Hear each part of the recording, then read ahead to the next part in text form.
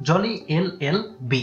এই সিরিজের প্রথম সিনেমায় জলি চরিত্রে অভিনয় করেছিলেন আরশাদ ওয়ারসি, আর দ্বিতীয় সিনেমায় আরেক জলির ভূমিকায় দেখা গেছে অক্ষয় কুমারকে। এবার তৃতীয় সিনেমায় দেখা গেল দুই জলিকেই। তারা কি এবার একে অপরের সাথে টক্কর দিল, নাকি দুজনে এক হয়ে লড়াই করলো অন্য কারো বিরুদ্ধে?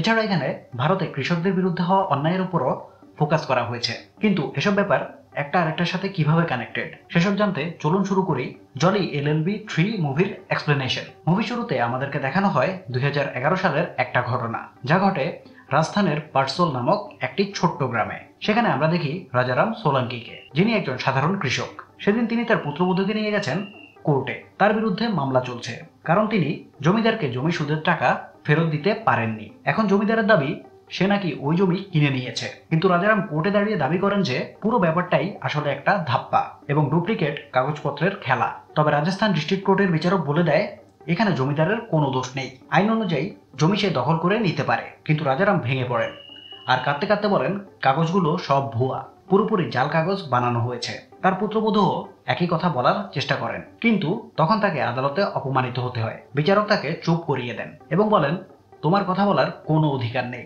এখানে কেবল পুরুষরাই কথা বলবে। আর আমাদের রায়ে যদি বিশ্বাস না থাকে তবে ডিএম, হাইকোর্ট কিংবা সুপ্রিম কোর্ট, যেখানে খুশি যাও, আমাদের সিদ্ধান্তের কোনো পরিবর্তন হবে না। এভাবে অপমানিত হয়ে কোর্ট থেকে বেরিয়ে আসার পর রাজারামের হাতে আর কোনো উপায় থাকে না।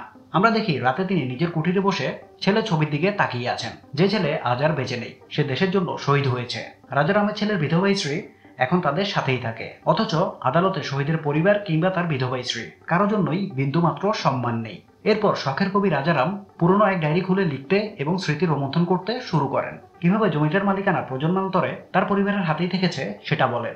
জমিটা তার দাদা দিয়েছিলেন তার বাবাকে, বাবা দিয়েছিলেন তাকে, আর তিনি দিতে চেয়েছিলেন নিজের ছেলেকে। কিন্তু তার সেই জমি বা ছেলে কিছুই এখন নেই। জমি থেকে হয়তো তেমন ফসল আসে না বা তেমন দামও পাওয়া যায় না, কিন্তু জমি তাদের কাছে মায়ের সমান। সেই জমি কাকে দেবে কাকে দেবে না, এই অধিকারটুকু তো অন্তত তাদের থাকা উচিত। ভোরের দিকে রাজারাম নিজের ঘুমন্ত স্ত্রীর কাছে হাতের ঘড়িটা খুলে রেখে চুপি চুপি ঘর থেকে বেরিয়ে যান। দুঃখ ভারাক্রান্ত মনে কাঁধে তুলে নেন দুটো পাত্র, আর সেগুলো হাতে বেঁধে ঝাঁপিয়ে পড়েন পুকুরের পানিতে। এভাবেই তিনি আত্মহত্যা করেন এবং ক্লোজ আপ শটে আমরা দেখতে পাই তার হাতে নিজের স্ত্রী জানকীর নামে ট্যাটু আঁকা আছে। এরপর কয়েক বছর কেটে যায়, দেখা যায় আদালত প্রাঙ্গণের দৃশ্য। পর্দায় ভেসে ওঠে জায়গার নাম দিল্লি। তারপর আমরা চলে যাই আদালতের ভেতরে। চলছে একটি বিচার কার্য। সেখানে এক বৃদ্ধ লোক নিজের স্ত্রীর বিরুদ্ধে মামলা করেছেন। তার অভিযোগ তার নতুন স্ত্রী আসলে মেয়ে না, কিন্তু স্ত্রী শশীকলা দাবি করে যে সে সত্যিই একজন মেয়ে। সেই শশীকলার উকিল হলো জলি। সে আদালতে এসে জজকে বলে শশীকলা সত্যিই একজন মেয়ে, আর তাতে যদি সন্দেহ থাকে তাহলে তার মেডিকেল টেস্ট করানো যেতে পারে। তবে যতদিন পর্যন্ত মেডিকেল টেস্ট না হচ্ছে ততদিন পর্যন্ত তাকে যেন জেলে বন্দি না করা হয়। কিন্তু বিচারক তাতে সম্মত হন না। তখন জলি প্রশ্ন করে শশীকলাকে যদি জেলে পাঠানো হয় তাহলে কোন জেলে পাঠানো হবে? কারণ কেউ বলছে শশীকলার ছেলে, আবার কেউ বলছে সে মেয়ে। যদি ভুল জেলে পাঠানো হয় আর তার সঙ্গে কিছু ঘটে যায় তাহলে সে দায় কে নেবে? এই কথা শুনে বিচারক সিদ্ধান্ত নেন যে আগে মেডিকেল টেস্ট হবে এবং তার আগ পর্যন্ত শশীকলাকে গ্রেপ্তার করা হবে না। এরপর মেডিকেল টেস্টের রেজাল্টের উপর ভিত্তি করেই পরবর্তী সিদ্ধান্ত নেওয়া হবে। সিদ্ধান্ত শুনে জলি খুব খুশি হয়, কারণ তার উদ্দেশ্যই ছিল শশীকলাকে জেলে বন্দী হতে না দেয়া। এখানে আমরা জানতে পারি শশীকলা আসলে একজন ছেলে। সে ইচ্ছে করেই এমন বৃদ্ধদের ফাঁদে ফেলে টাকা হাতিয়ে নেয়। তখন জলি শশীকলাকে বলে যদি ভবিষ্যতে এরকম কিছু করে আবার কোনো সমস্যায় ফেঁসে যায় তবে যেন সে তাকে ডাক দেয়। ঠিক তখনই আরেকজন জলি আসে এবং আমরা জানতে পারি যে এই জলি, অর্থাৎ এতক্ষণ পর্যন্ত আমরা যে জলিকে দেখেছি, সে তার ক্লায়েন্টকে ছিনিয়ে নিয়েছে। এতে সে প্রচন্ড রেগে যায়। এখানে একটা বিষয় ক্লিয়ার করে নেওয়া যাক চলুন। অক্ষয় কুমার হলেন জলি মিশ্রা আর আরশাদ ওয়ারসি হলেন জলি ত্যাগী। দুজনের নামে জলি থাকায় তাদের ক্লায়েন্টরা বিভ্রান্ত হয় এবং ভুল জলির কাছে চলে যায়। দুজনেরই টাকার প্রতি প্রচন্ড লোভ, আর ছোটখাটো সিভিল কেস তারা নিতে চায় না। যেসব কেসে বড় অঙ্কের টাকা থাকে সেখানেই তারা ঝাঁপিয়ে পড়ে। ক্লায়েন্ট জিতুক বা হারুক, ওদের উদ্দেশ্য কেবল টাকা। জলি মিশ্রা হরহামেশা ইচ্ছা করেই ত্যাগীর ক্লায়েন্টদের নিজের কাছে টেনে নিয়ে আসে। এতে ত্যাগী প্রচন্ড ক্ষুব্ধ হয় এবং মিশ্রার সঙ্গে ঝগড়া করে। পরে তাদের পরিচিত এক লোক দুজনকে বোঝায় এভাবে ঝগড়া না করতে। এরপরেই আমরা দেখি ত্যাগী কোর্ট থেকে বেরিয়ে সরাসরি বাড়িতে না গিয়ে একটি এনজিওতে যায়, যেখানে তার স্ত্রী কাজ করে। সেখানে রাজস্থানের কিছু কৃষক এসেছেন অভিযোগ করতে। আসলে তারা ওই সকল কৃষক রাজারামের মতো যাদের জমি কেড়ে নেওয়া হয়েছে। যে কোম্পানি তাদের জমি হরণ করেছে তার নাম ইম্পেরিয়াল এবং সেটির হেড অফিস দিল্লিতে। তাই তাদেরকে বাড়ি ছেড়ে দিল্লিতে আসতে হয়েছে মামলা করতে। তখন সেই এনজিওর কর্মী লক্ষ্মীদি জলি ত্যাগীকে এই কেস নেওয়ার জন্য রিকোয়েস্ট করে, কিন্তু ত্যাগী এই কেস নিতে চায় না, কারণ সে জানতো কৃষকদের কাছ থেকে টাকা পাওয়া যাবে না। তাই ইচ্ছে করে সে জলি মিশ্রার কাছে তাদেরকে পাঠিয়ে দেয়। মিশ্রা অনেক ক্লায়েন্ট দেখে খুব খুশি হয়ে তাদের অভিযোগ ফাইল করে, কিন্তু পরে সে জানতে পারে যে এই কৃষকদের আসলে কোনো টাকা নেই, তারা আসলে ত্যাগীর কাছে যেতে চেয়েছিল, কিন্তু ভুল করে তার কাছে চলে এসেছে। এই কথা শুনে মিশ্রার মাথায় যেন আকাশ ভেঙে পড়ে এবং রাগ, ক্ষোভ এবং দুঃখে কেঁদে ফেলার মতো অবস্থা হয় তার, কারণ এত কাজ করেও সে কোনো টাকাই পেল না। আর ওদিকে ত্যাগী খুব খুশি হয়, কারণ সে মিশ্রের উপর খুব একচোট নিয়েছে। এরপর ত্যাগী তার সহকারীর সঙ্গে দেখা করে এবং মিশ্রাকে কেমন সাহায্য করেছে সেটা বলে। আর সহযোগী তাকে জানায় তার স্ত্রী তার কাছে একটা ক্লায়েন্ট পাঠিয়েছে। ক্লায়েন্টের নাম জানকী। ইনি গল্পের শুরুতে দেখা সেই রাজারামের স্ত্রী। ইম্পেরিয়াল কোম্পানির বিরুদ্ধে একটি কেস করেছেন তিনি। নিজের স্ত্রীর এনজিও চাকরি আর আগের অভিজ্ঞতার সূত্রে ত্যাগী জানে যে এই কেসের একটা টাকাও নাই। তাই ত্যাগী সেই কেসটা ফিরিয়ে দেয় আর জানকীকে পাঠিয়ে দেয় মিশ্রার কাছে। তখন মিশ্রা জানকীকে বলে যে সে ওই জলিনা যাকে তিনি খুঁজছেন, তিনি যেন আবার ত্যাগীর কাছেই ফিরে যান। কিন্তু যেহেতু ত্যাগীও মামলা নেয়নি, তাই জানকী গিয়ে ত্যাগীর বাড়ির সামনেই বসে পড়ে। আসলে মিশ্রাই তাকে এটা করতে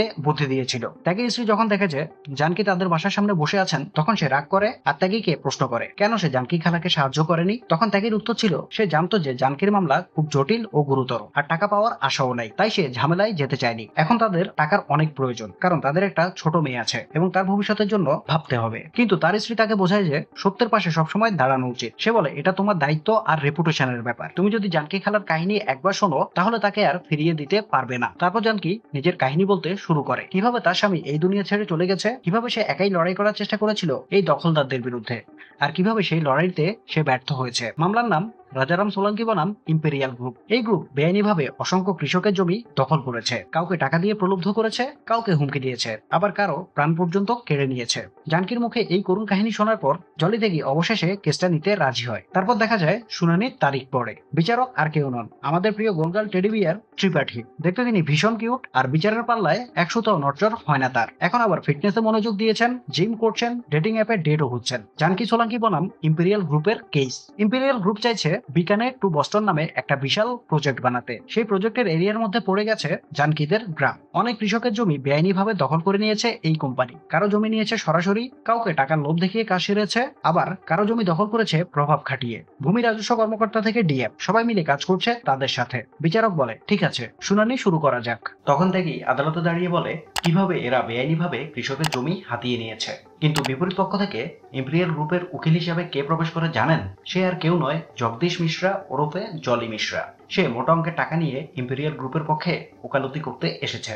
মিশ্রা আদালতে ঢুকেই বলে বসে এটা একটা পুরো ফ্রড কেস। এই কেস এনজিওর পক্ষ থেকে আনা হয়েছে, যাদের মূল লক্ষ্য হলো টাকা কামানো। আর এরা কৃষকদের নাম করে লুটপাটের খেলায় নেমেছে, কারণ 4000 জন কৃষক ইতিমধ্যেই এগ্রিমেন্টে সই করে দিয়েছে।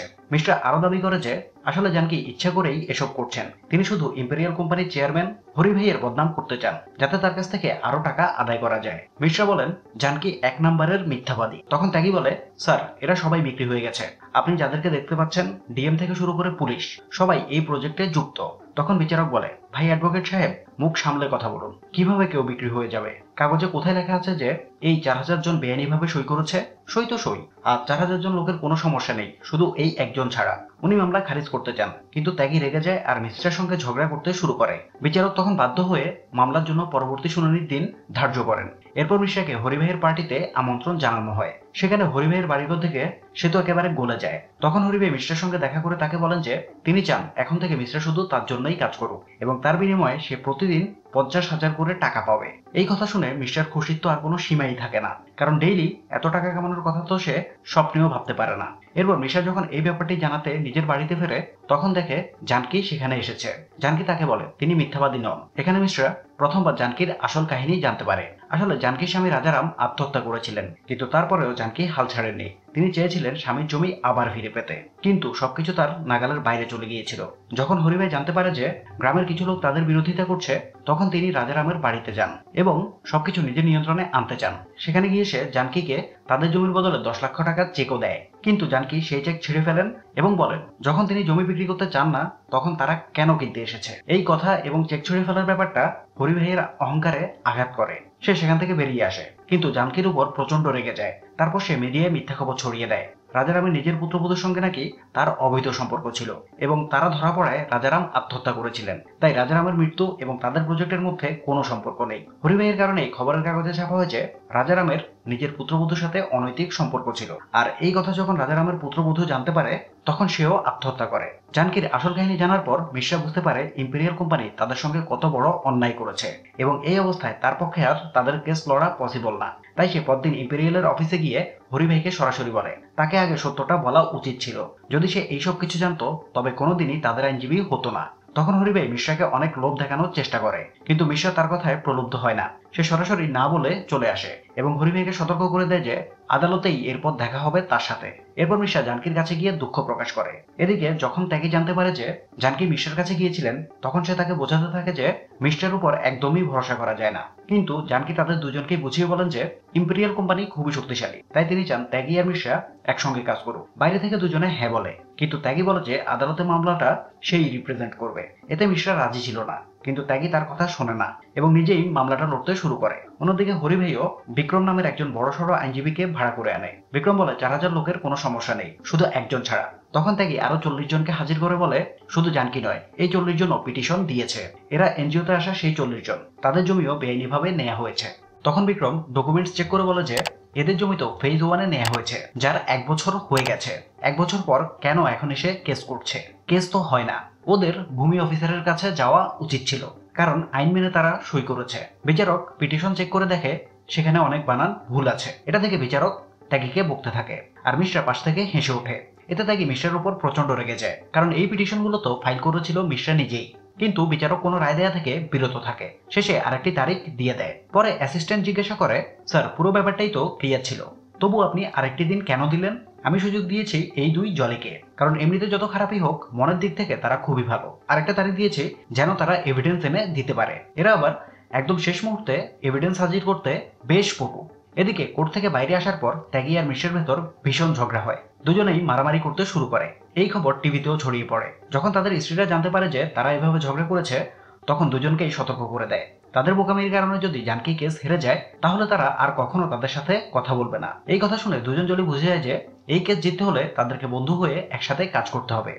অন্যদিকে হরিভাই যেভাবেই হোক তার প্রজেক্টটা দ্রুত শুরু করতে চাইছিল, কিন্তু সে বুঝতে পারছিল না গ্রামবাসীদের কিভাবে উচ্ছেদ করবে। তখন এলাকার এক পুলিশ অফিসার তাকে পরামর্শ দেয় তারা যেন গ্রামে জরুরি অবস্থা ঘোষণা করে লোকজনকে উচ্ছেদ করে, আর যদি তারা বের না হয় তবে জোর করে পুলিশি শক্তি ব্যবহার করে সরিয়ে দেয়া হবে। এতে হরিভাই রাজি হয়ে যায়। এরপর গ্রামবাসীদের জানানো হয় 24 ঘন্টার মধ্যে গ্রাম খালি করতে হবে, নইলে জোর করে বের করে দেওয়া হবে। ঠিক তখনই 2 জনই সেখানে পৌঁছে গ্রামবাসীদের বোঝায় যে পুলিশ চাইছে গ্রামবাসীরা যেন তাদের উপর প্রথমে আক্রমণ করে। এতে পুলিশ সুযোগ পেয়ে তাদের মারধর করে তাড়িয়ে দিতে পারবে। তারা আরো বলে আপনাদের হাতে সবচেয়ে বড় অস্ত্র হলো মোবাইল ফোন। পুলিশ যদি রাইফেল নিয়ে দাঁড়ায় আপনাদের হাতে ক্যামেরা আছে, ভিডিও চালু করুন আর ক্যামেরা তাক করুন তাদের দিকে। এদিকে প্ল্যান হয় ডিএম এর উপর গুলি চালিয়ে পুলিশ আর কৃষকদের মধ্যে সংঘর্ষ লাগানোর, এবং তাই করা হয়। ডিএমকে টার্গেট করে গুলি চালায় হরিভাইয়ের দলে থাকা এমপির এক চেলা। এরপর বাকি পুলিশরা গ্রামবাসীদের খুব অমানসিকভাবে পেটাতে শুরু করে। তখন মিশ্রা সেই শুটারকে ধাওয়া করে এবং তাকে প্রায় ধরেই ফেলেছিল। এমন অবস্থায় হঠাৎ কেউ সেই শুটারকে গুলি করে মেরে ফেলে। এরপর মিশ্রা যখন ফিরে আসে তখন থেকে গ্রামবাসীদের সাথে ত্যাগীও গুরুতরভাবে আহত হয়েছে। উপরন্তু গ্রামবাসীদের বাড়িঘরও ভেঙে গুড়িয়ে দেওয়া হয়েছে। এরপর মিশ্রা সবাইকে হাসপাতালে নিয়ে যায় এবং সেখানে ত্যাগীর চিকিৎসা শুরু হয়। মিশ্রা খুব ভেঙে পড়ে। কিছু সময় কেটে যায়। এবার মামলার ফাইনাল হিয়ারিং শুরু হবে। এজন্য আদালতে ওয়েবক্যাম লাগানো হয় যাতে ইন্টারনেটে সবাই লাইভ দেখতে পারে আদালতে কি হচ্ছে। সবাই এখন এই কেসটা নিয়ে আগ্রহী, কারণ এটা জাতীয় ইস্যুতে পরিণত হয়েছে। তারপর মামলা শুনানি শুরু হয়। যেহেতু ত্যাগী আহত অবস্থায় হাসপাতালে ছিল তাই এবার মিশ্রাই মামলা রিপ্রেজেন্ট করে। এদিকে ইম্পেরিয়ালের চেয়ারম্যান হরিভাইও আদালতে হাজির হয়। হরিভাইয়ের উকিল বিক্রম আদালতে বলতে শুরু করে আজ আমি কিছু তথ্যের ভিত্তিতে কথা বলবো। এরা যে আন্দোলন করছে তাতে দেশ কতটা পিছিয়ে যাচ্ছে জানেন? এরপর সে ন্যাশনাল রিসার্চ নামে একটা রিসার্চ পেপার দেখায়। পাশাপাশি ডেকে আনে রিসার্চ টিমের হেডকেও, যে রিসার্চ করা হয়েছে রাজারাম সহ অন্যান্য কৃষকদের এলাকা নিয়ে। রিসার্চারের সাথে বিক্রম এটা বলে যে গ্রামের জমিগুলো ধীরে ধীরে অনুর্বর হয়ে যাচ্ছে, বৃষ্টি হয় না, পানি নেই।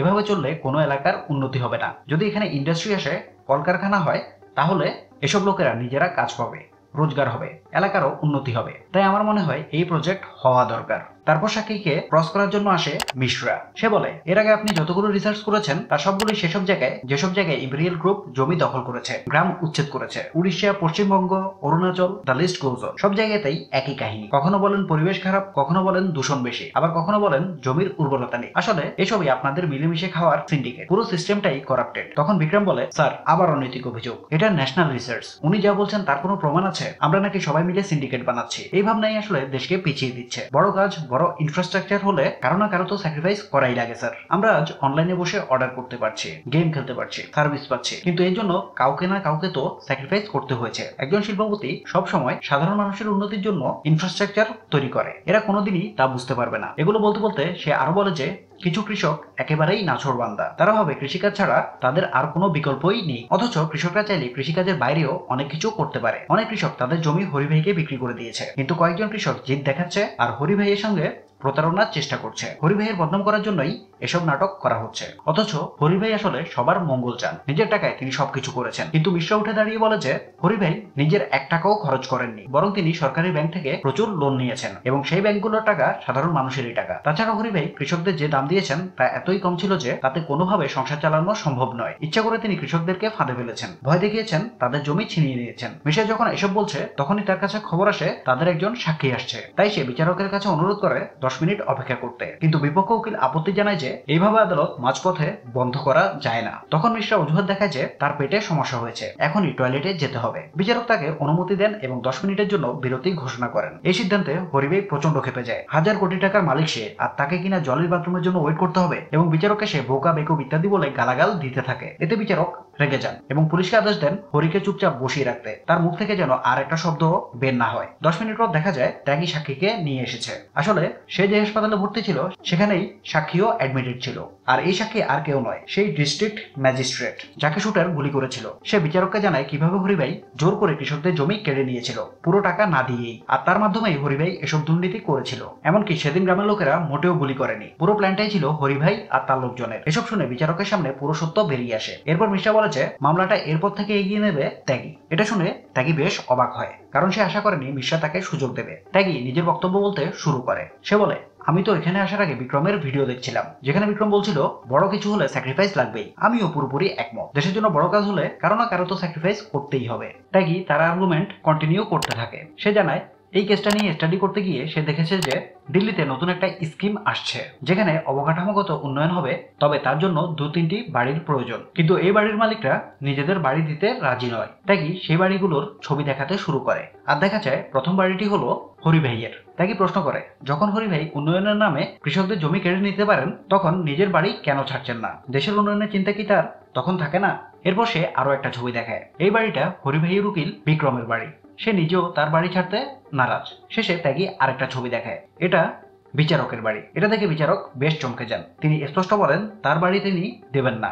ত্যাগী বলে সে নিশ্চয়তা দিচ্ছে দ্বিগুণ দাম তিনি পাবেন। বিচারক তবুও রাজি হন না। ত্যাগী তখন বলে, স্যার 3 গুণ দিলে দেবেন? বিচারক বলে, যদি বাড়ি বিক্রি করতেই না চাই তাহলে দাম বাড়িয়ে লাভ কি? তখন ত্যাগী প্রশ্ন তোলে, দেশের উন্নতির জন্য কি বিচারক এই ছোট্ট ত্যাগও করবেন না? বিচারক বলেন, ওটা তার নিজের বাড়ি, তিনি নিজেই সিদ্ধান্ত নেবেন এটি দিয়ে কি করবেন। ত্যাগী তখন শান্তভাবে বলে, ঠিক এই কথাটাই তো জানকী আর বাকি কৃষকরাও বলতে চেয়েছিল। ওই জমি তাদের, সেটা দিয়ে তারা কি করবে বা না করবে সেটা তারাই ঠিক করবে। আপনাদের ইচ্ছা, আপনারা বাড়ি বিক্রি করবেন না। আপনাদের ইচ্ছার দাম আছে, কিন্তু জানকীর ইচ্ছার কোনো দাম নেই, কারণ তিনি আপনাদের মতো ক্ষমতাশালী নন, ধনীও নন, আপনাদের মতো কেস ও পিটিশন করতে পারেন না। এই জন্যই তার ইচ্ছার কোনো দাম নেই। এই দেশে নিয়ম সবার জন্য সমান হওয়া উচিত, গরিবের জন্য আলাদা আর ধনীদের জন্য আলাদা হওয়া উচিত নয়। ত্যাগী বলে, যদি আপনাদের থেকেও জোর করে বা ফাঁদে ফেলে বাড়ি কেড়ে নেওয়া হয় তাহলে কেমন লাগবে? এরপর আমরা দেখি জানকী ফুঁপিয়ে ফুঁপিয়ে কাঁদতে শুরু করেন। সব শোনার পর বিচারক রায় ঘোষণা করেন। তিনি বলেন, হরিভাই যেসব মানুষের জমি জোর করে কিংবা ফাঁকি দিয়ে নিয়েছেন সব জমি তাকে ফেরত দিতে হবে, সেই সঙ্গে তাদের ক্ষতিপূরণও দিতে হবে। আর যদি তা না দেন তাহলে তাকেও জেল খাটতে হবে। এছাড়া বিচারক একটি কমিটি গঠন করার পরামর্শ দেন, যে কমিটির দায়িত্ব হবে এটা খুঁজে বের করা যে রাজারাম আর তার বৌমার মৃত্যু কিভাবে হয়েছিল। যদি প্রমাণ হয় এই মৃত্যুর জন্য হরিভাই দায়ী, তাহলে তার বিরুদ্ধে সেই মামলাও শুরু হবে। আর এর মাধ্যমেই হরিভাইয়ের বিকানের টু বস্টন প্রজেক্টের স্বপ্নই থেকে যায়। গ্রামে থাকা সেই প্রজেক্টের বিলবোর্ডও নামিয়ে ফেলা হয়। এতে গ্রামবাসী খুব খুশি হয়, কারণ অবশেষে তারা তাদের জমি ফিরে পেয়েছে। তারা সবাই দুই জলিকে ধন্যবাদ জানায় এবং এখানেই শেষ হয় সিনেমাটি। তো ভাই লোক, এটাই ছিল জলি এলএলবি 3 মুভির এক্সপ্লেনেশন। এবং দেখতে দেখতে আমরা চলে আসলাম ভিডিওর শেষ প্রান্তে। ভালো লাগলে লাইক, শেয়ার, সাবস্ক্রাইব করতে পারেন। এই ভিডিও সম্পর্কে আপনাদের মতামত দিতে পারেন কমেন্ট সেকশনে। কোনো বিষয়ে দ্বিমত পোষণ করলেও বলতে পারেন। এরপর আপনারা কোন সিনেমার এক্সপ্লেনেশন দেখতে চান সেটাও জানাতে পারেন। আসলে আপনারা এগুলো করলে ইউটিউব আমাদের ভিডিওকে পুশ করবে, আরো বেশি মানুষের সামনে দেখাবে, এই আর কি। ধন্যবাদ।